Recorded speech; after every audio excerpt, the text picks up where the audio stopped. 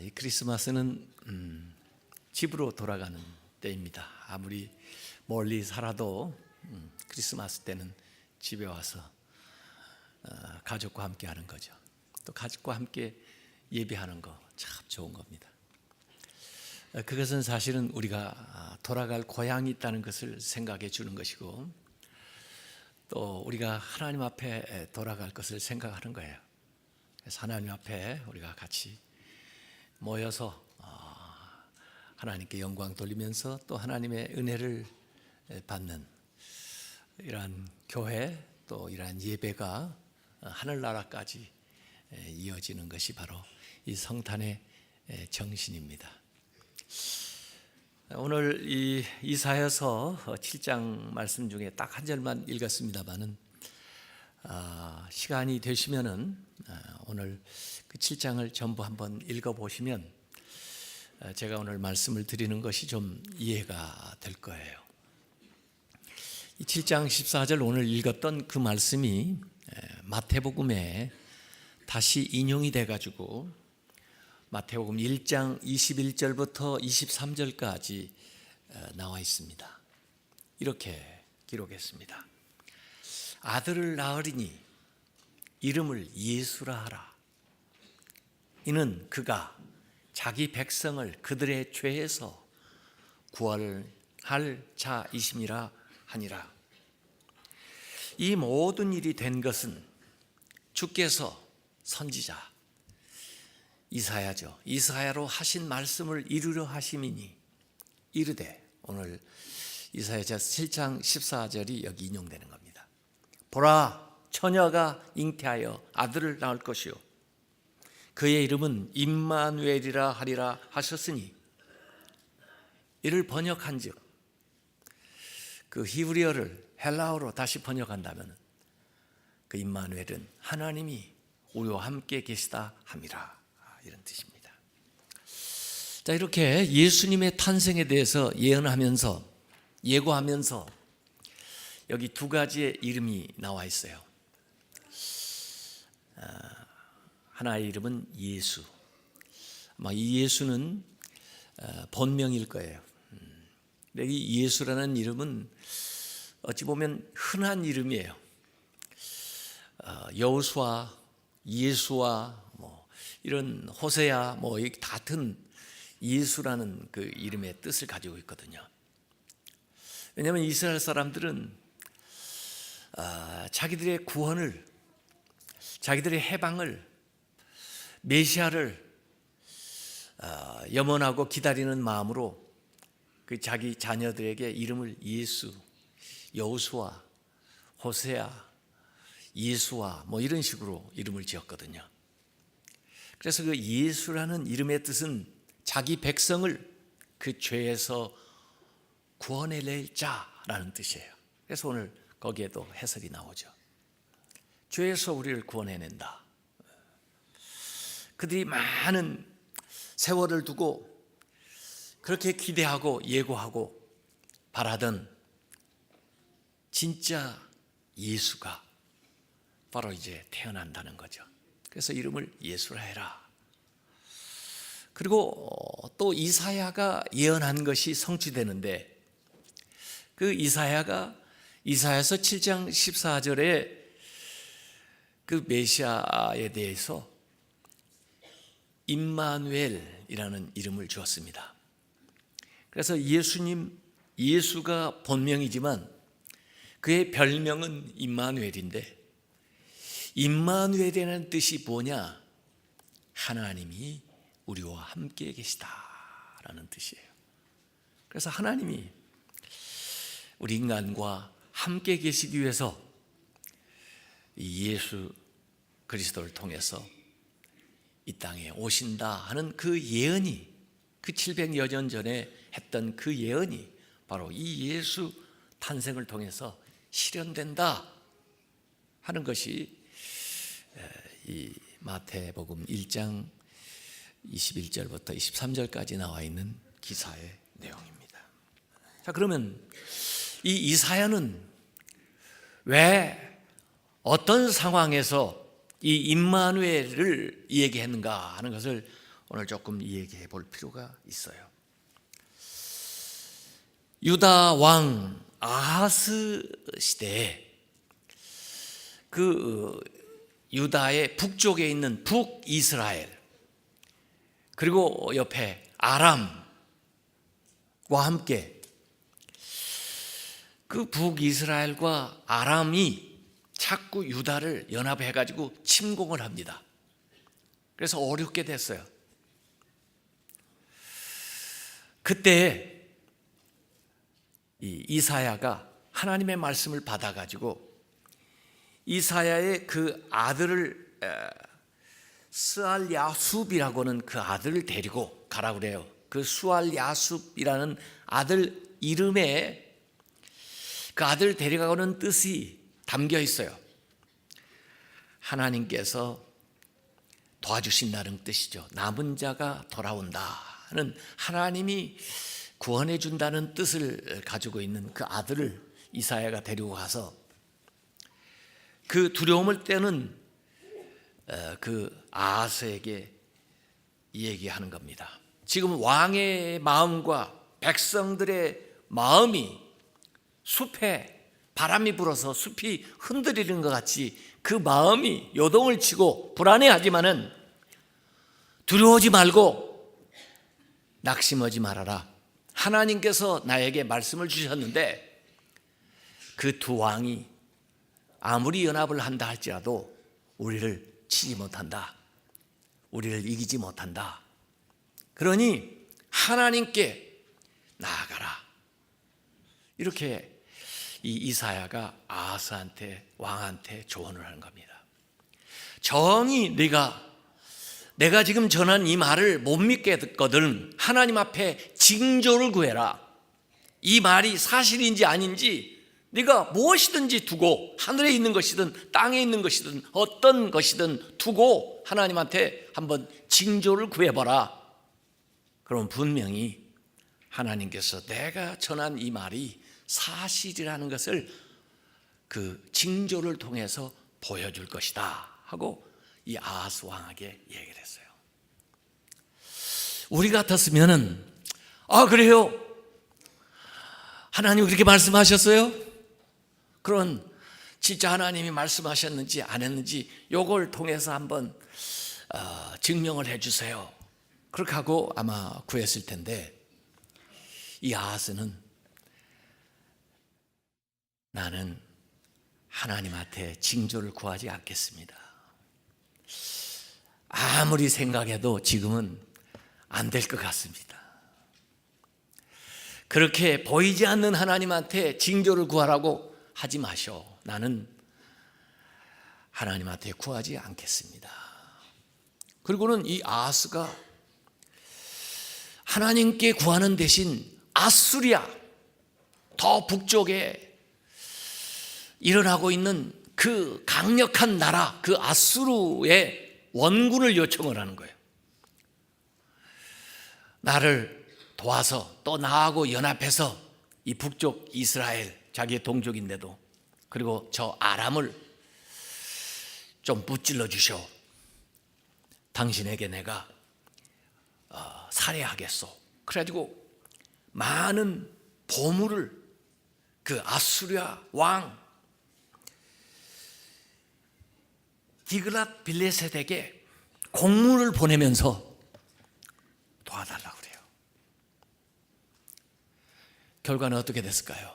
물론 아수리아가 내려와서 그 두 왕, 북이스라엘과 아람 왕을 쳐부십니다. 그리고 그걸 빌미로 해가지고 남쪽 유다까지 내려옵니다. 그래서 결국은 이 유다도 이 아수리아에게 계속해서 조공을 바쳐야 되는 그런 상태로 전락하게 돼버린 역사가 오늘 이 이사야서 7장의 배경이에요. 징조를 구하라 그러는데 아마 징조를 구하지 않고도 그냥 이사야가 예언한 그 말씀을 믿음으로 받아들이면 더 좋겠죠. 그 말씀을 믿는 믿음 더 훌륭한 건데, 그러지 못하면 하나님한테 한번 시험을 해보라고까지도 얘기를 했는데도 구하지를 않아요. 사실 하나님은 우리의 수준까지 낮춰서까지 우리의 기도에 응답해 주시기 위해서, 또 우리에게 믿음을 주시기 위해서 역사를 하시는데, 하나님께 구하지 않고 다른 나라에 구하고 재물을 구하고 보이는 것을 구해요. 그러다가 그것과 함께 망합니다. 성경에도 보면은요, 하나님께서 이렇게 징조를 보여주시는 경우가 종종 있어요. 노아에게는 무지개를 보여주시면서 내가 이 무지개를 놓고 너에게 언약을 한다. 다시는 이 홍수로 너희들을 멸망시키지 않겠다. 그래서 우리가 무지개를 볼 때마다 그 하나님의 언약을 생각하게끔 만들어줘요. 아브라함을 찾아오셨을 때는 아브라함이 제물로 짐승을 잡아가지고 각을 떠나서 쪼개놨을 때 연기와 불꽃으로 그 쪼갠 짐승 사이를 하나님이 불꽃이 지나가면서 아브라함에게 언약을 해요. 내가 너와 네 자손을 복을 주고 네가 복의 근원이 되고, 하나님이 언약을 해요. 그래서 보이는 것으로. 또 모세에게도, 모세를 보내려고 할 때 모세가 하나님 제가 뭘 가지고 어떻게 이스라엘 백성을 인도한단 말입니까? 네가 뭘 가지고 있니? 지팡이인데요. 그 지팡이가 뱀이 됐다가 그 지팡이가 또 지팡이가 됐다가 또 그걸 통해서 하나님이 역사하시는 그 징조를 그에게 보여주면서 내가 너와 함께 하겠다, 내가 너를 도와주겠다 약속을 하세요. 기드온도 감히 나서지를 못하고 있을 때 큰 용사여 하나님 부르시면서 일어나 이스라엘을 구원하라고 해요. 내가 어떻게 저 미디안 강력한 군대 앞에서 구원할 수가 있습니까? 그랬더니 징조를 구해래요. 그래서 양털을 놓고 이 양털에만 물이 있고 다른 데는 물이 없게 해주세요. 하나님 그렇게 해줬어요. 다음에는 또 바꿔가지고 이 양털에는 물이 없고 다른 데만 물이 있게 해주세요. 또 그렇게 해주세요. 구한 징조만 주는 게 아니고 미디안 군대에 정탐으로 갔더니 미디안 군인들이 서로 꿈 얘기를 나누면서 보리떡 하나가 굴러 우리 진영에 들어오는데 우리 진영이 다 무너졌다고. 그 이야기를 듣게 함으로써 징조를 주는 거죠. 앞으로 일어날 승리에 대한 징조를 주는 겁니다. 이 성경에도 보면은 이렇게 하나님은 우리에게 믿음을 주시기 위해서 때로는 징조를 구하라고 그래요. 그러니까 낙심하지 말고 두려워하지 말고 어려울 때 하나님 앞에 믿음으로 구하시길 바랍니다. 하나님께서 기도하는 것에 대해서 응답해 주시는 거예요. 이 징조를 구하라고 이사야가 아하스 왕에게 한 말의 뜻은 기도하라는 얘기예요. 기도하라는. 왜 이렇게 낙심하고 왜 이렇게 두려워하고 왜 인간적인 방법으로 해결책을 구하려고 그렇게 마음이 갈대처럼 흔들리냐? 하나님 앞에 구해라는 거예요. 하늘에 있는 것이나 땅에 있는 것이나 아직 나타나지 않을 일에 대해서 뭔가 확실한 표적을 구하면은 하나님께서 그 기도에 응답해 주신다는 거예요. 그래서 아직 말씀 믿음이 부족하다면은 표적이라도 구하라는 거예요. 예수님께서도 이 세상에 오셔서 사역하실 때 그래도 믿으려고 하는 사람들에게는 그 본인들이 있는 수준으로 낮춰주셔서 응답을 해주세요. 그래서 많은 이적과 표적을 통해서 그들이 하나님을 알게끔, 하나님의 역사를 경험하게끔, 그리고 예수님이 전하시는 그 말씀을 믿게끔 만들어주는 거예요. 예수님의 그 제자들이요, 베드로, 요한, 야고보가 예수님의 제자가 되게 될 때도요, 누가복음 5장에 보면은 예수님의 말씀에 따라서 그들이 그물을 던져보니까 될 것 같지 않았던 일인데 그 일에 고기를 엄청나게 잡는 그 이적적인 그 역사를 통해서 앞에 말씀하셨던 예수님의 말씀을 받아들이게 되는 거예요. 주여 나를 떠나서 내가 죄인으로서이다 하는 믿음에 도달하는 거예요. 그래서 아직 여러 가지 어려움과 여러 가지 문제와 해결되지 않은 것들이 우리에게 있다면 오늘 이사야의 이 조언을 따라서 하나님 앞에 믿음으로 징조를 구하시기 바랍니다. 기도하면서 하나님 보여주세요. 하나님 약속해 주세요. 하나님 제가 할 수 있는 방법으로 그 일이 사실인 것을 보여주세요. 그러면 하나님이 그 수준에 그에게 합당한 방법으로 말씀해 주실 거예요. 약속해 주실 거예요. 여기 이제 이 아하스가 그 징조를 구하지 않으니까 이사야가 한 말씀이 바로 이것입니다. 그래서 하나님이 직접 징조를 주실 거라는 거예요. 그래서 오늘 읽었던 7장 14절의 말씀이 나오는 겁니다. 그러므로 주께서 친히, 네가 구하지 않으니까 주님께서 친히 징조를 너희에게 주실 것이라. 보라, 처녀가 잉태하여 아들을 낳을 것이요 그의 이름을 임마누엘이라 하리라. 이 말씀이 나온 겁니다. 이 아하스는 징조를 구하지 않았지만은, 그래서 그는 자기의 방식대로 해결하려고 하다가 해결도 못하고 망했지만은 이 이사야를 통해서 우리에게 하나님께서 주시는 징조가 있어요. 이 징조라는 것은 아까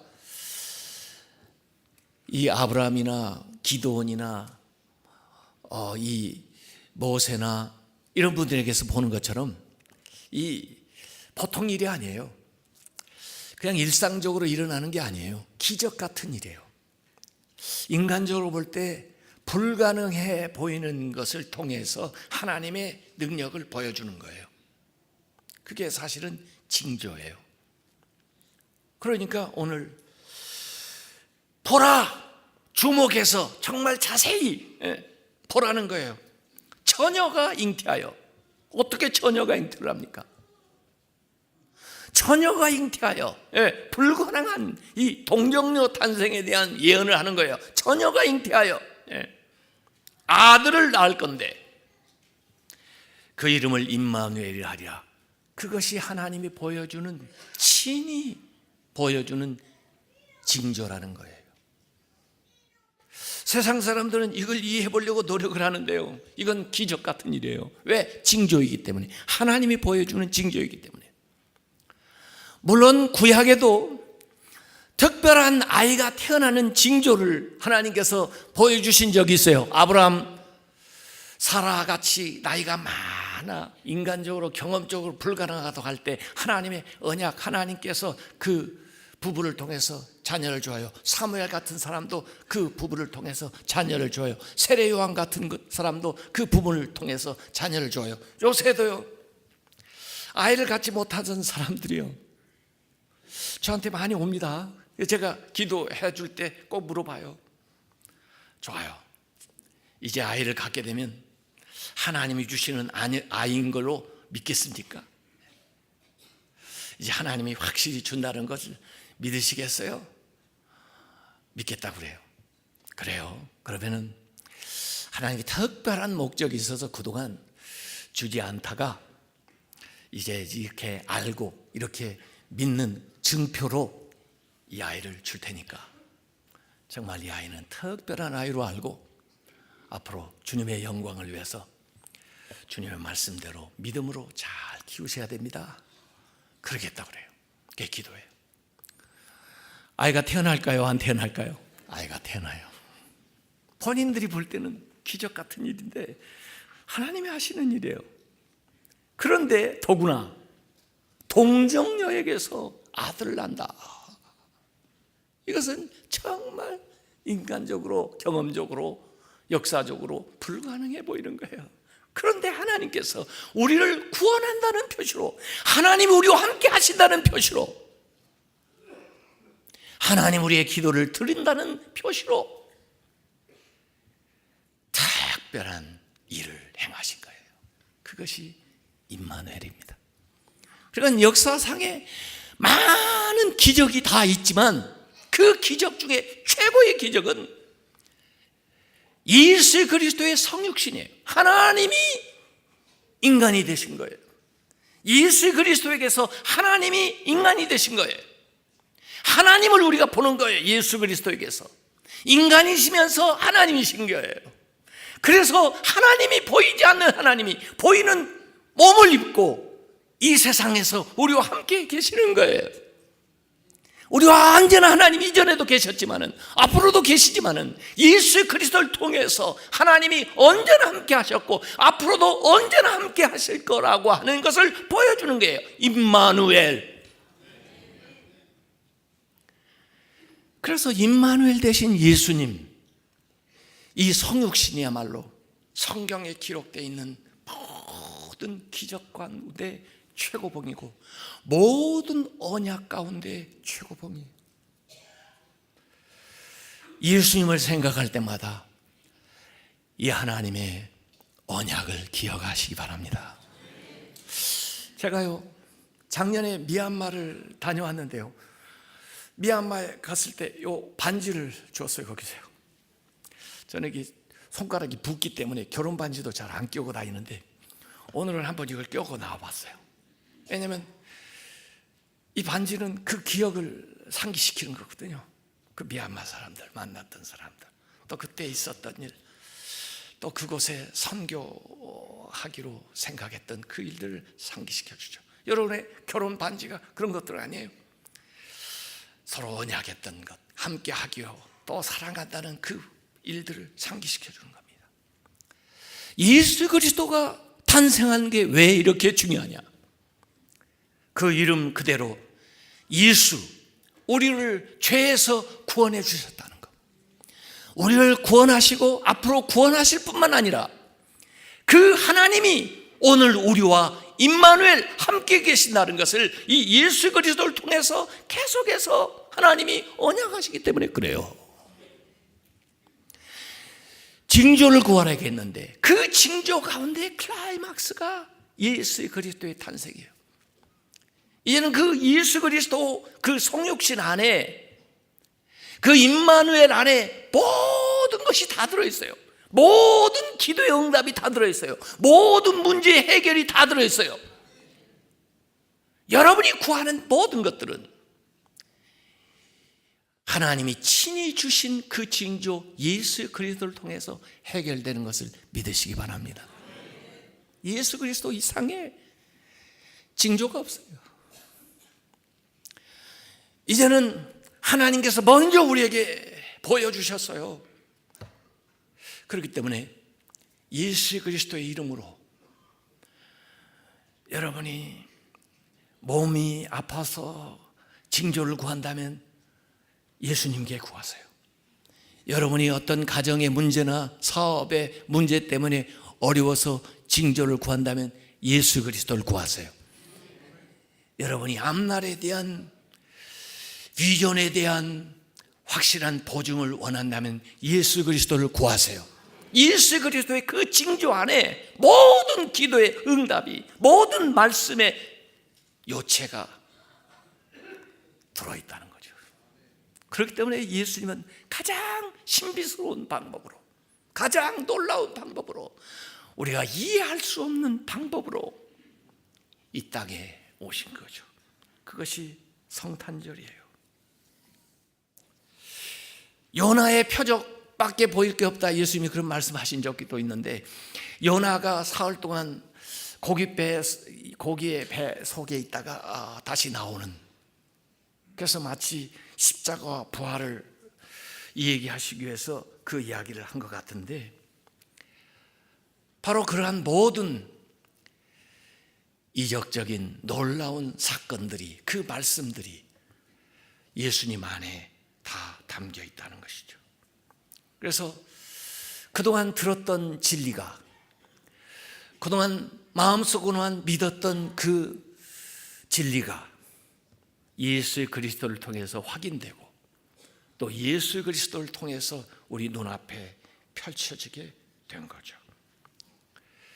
이제는 임마누엘 예수 그리스도를 구하시기 바랍니다.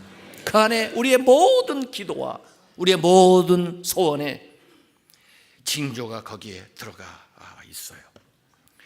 예수 그리스도를 통해서 이 땅에 임재하신 그 하나님, 그 인격 속에서 살아 역사하시는 하나님, 우리가 그 임마누엘의 주님을 믿으며 그 임마누엘 주님 안에서 우리의 모든 기도에 대한 응답을 보며 담대하게 믿음으로 나아가는 성도들이 다 되시길 주님의 이름으로 축원합니다.